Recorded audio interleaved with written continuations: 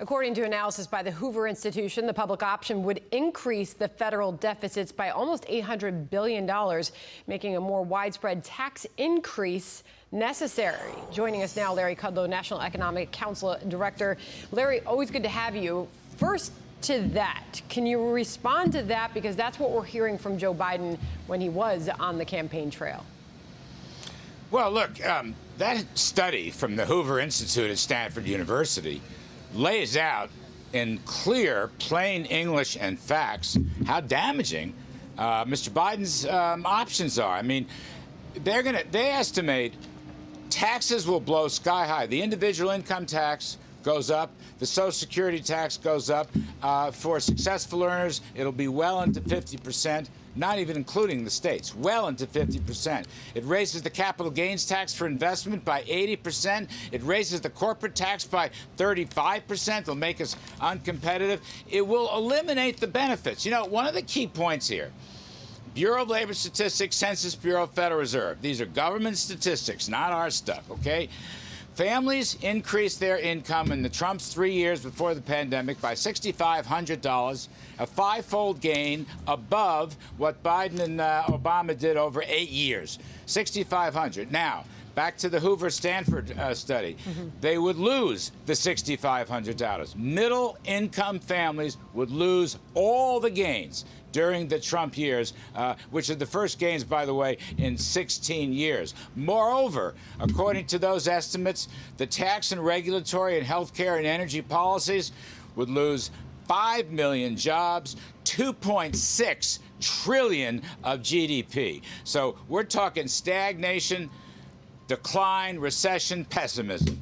President Trump, on the other hand, is talking about lowering middle-class tax rates, and his message of deregulation and lower taxes and good trade deals, you're talking about prosperity, optimism, economic growth. The choice couldn't be clearer here, and folks should go and get that Stanford Hoover study because it lays it out in clear fashion. I got it right in front of me. So, Larry, let me ask you about a separate, not so much a study, but a report coming from Goldman Sachs. And they looked into the potential of a Democratic sweep in November. And its analysts and researchers make the case that a Democratic sweep would unleash substantially more stimulus, benefiting the economy. The bank's chief economist said that would mean potentially a stimulus package in the first quarter, legislation on climate change, infrastructure, new health benefits, tax increases. However, they also point out that Joe Biden wanting to raise taxes would outweigh the benefits of all of that. I wondered if you saw that report and what you thought of it. I've seen references to it, and I've read some news clippings about it. Look, that group at Goldman Sachs loved the Obama-Biden stimulus package, $1 trillion of spending, and predicted 4% growth. Instead, that recovery was only 2%, stagnation in effect, a decline.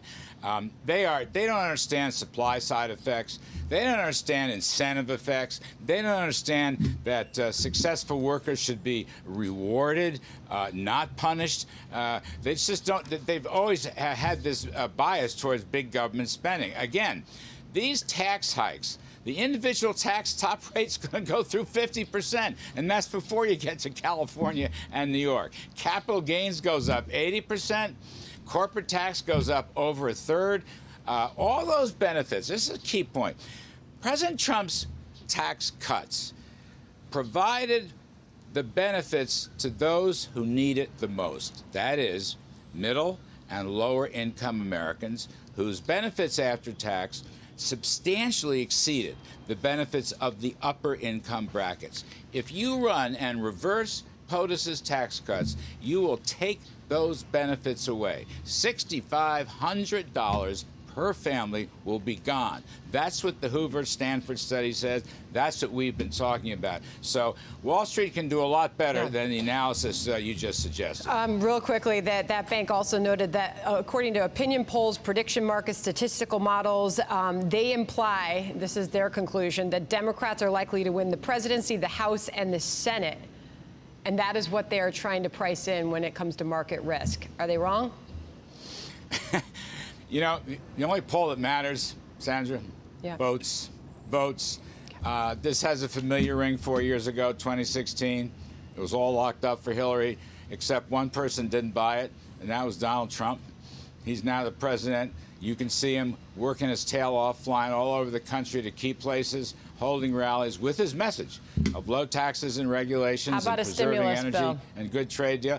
President wants a stimulus bill, as long as it's targeted to the right areas. He's always said this, and he said he's go beyond Democratic numbers. Look, for small business assistance, absolutely, the PPP should be extended. They got $135 billion that was unspent. President would go beyond that. Unemployment assistance.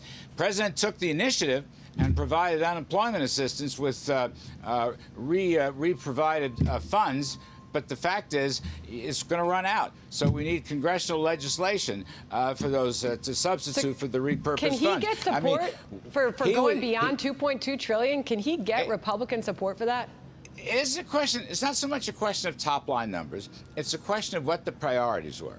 Again, unemployment assistance, small business assistance, airline assistance, COVID school assistance. Let's keep the schools open. Let's open more schools. In other words, the key targeted areas, he would go beyond what Democrats have provided. But he's not going to sign on to some ideological political package that has nothing to do with COVID or the economy, which is still a problem in the Democratic offering. So we shall see. I don't want to make a forecast. Mr. Mnuchin's doing a good job along with Chief Meadows. We'll let them handle it. But I'm just saying, the President has always wanted this package, as long as it's targeted to the right places. Unemployed, small businesses, help the airlines, help the restaurants, help onshoring businesses come back home. Those sorts of things, he's 100% for it.